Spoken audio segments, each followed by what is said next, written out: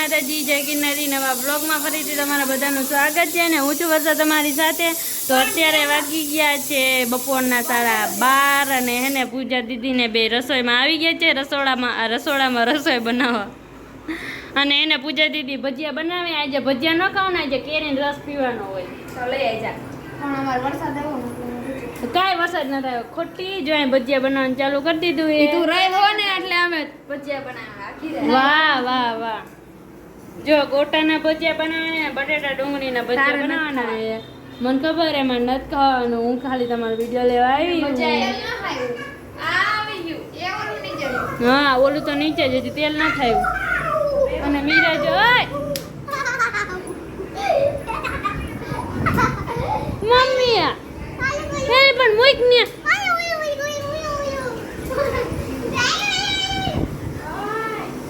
એક શર્ટ દે ને ઝપટ ચટી ગઈ ને.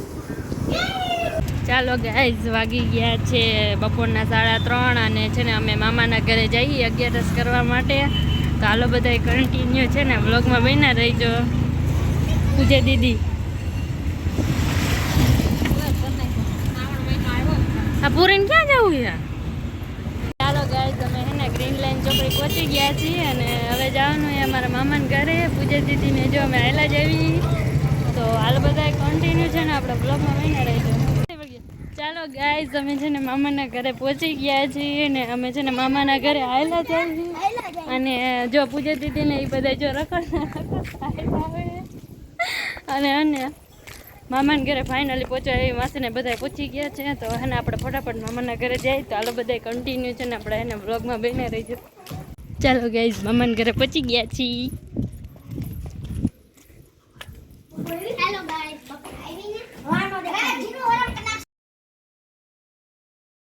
ફાઇનલી ગાઈઝ, અમે છે ને ખાટુ શ્યામના મંદિરે પહોંચી ગયા છીએ. બોની બેન કાંઈ કેવું છે?